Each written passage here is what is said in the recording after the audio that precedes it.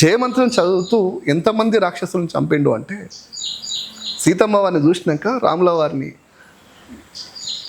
సంతోషపెట్టడానికి, వారికి సందేశం ఇవ్వడానికి సంతోషంగా ఉన్న సందర్భంలో ఆ రాక్షసులు 80,000 కింకరులు హనుమంతుల వారి మీదకి దాడి చేయడానికి వస్తారు.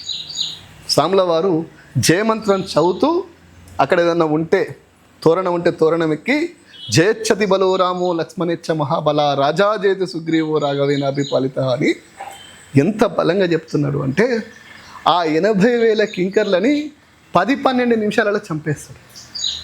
అక్కడ ఉన్నటువంటి ఆ చనిపోయిన వాళ్ళని ఎట్లా చంపిండు అంటే, గదతోనో లేకపోతే ఇంకో ఆయుధంతోనో కాదు, అక్కడున్న రాళ్ళతోటి అక్కడున్న చెట్లతోటి తన శరీరాన్నే పెద్దగా వేసి ఆకాశంలోకి వెళ్ళిపోయి దబీళ్ళని కిందవాడు, గోర్లతో గిచ్చి చంపడం, తొడలలో పెట్టి నలిపేసి చంపడం, మోకాళ్ళతోటి గుద్ది చంపడం, మోచేతులతోటి పొడిచి చంపడం అంటే అలా ఇలా ఉండదు.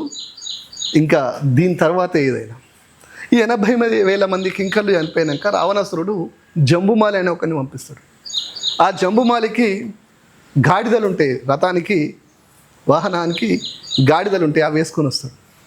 వాడొచ్చి హనుమాన్ స్వాముల వారికి బాణాల పరంపర కొనసాగిస్తే స్వాముల వారు ఏం చేస్తారు తెలుసా స్వామి, ఆకాశంలోకి సపేలని వెళ్ళిపోయి అయ్యో స్వామి ఏటో వైరని చూసే లోపే లక్షల రేట్ల ఆకారాన్ని పెంచి ధబీలుమని జంబుమాలి రథం మీద పడితే అప్పటిదాకా కనిపించిన జంబుమాలి రథము గాడిదలు ఏముండే,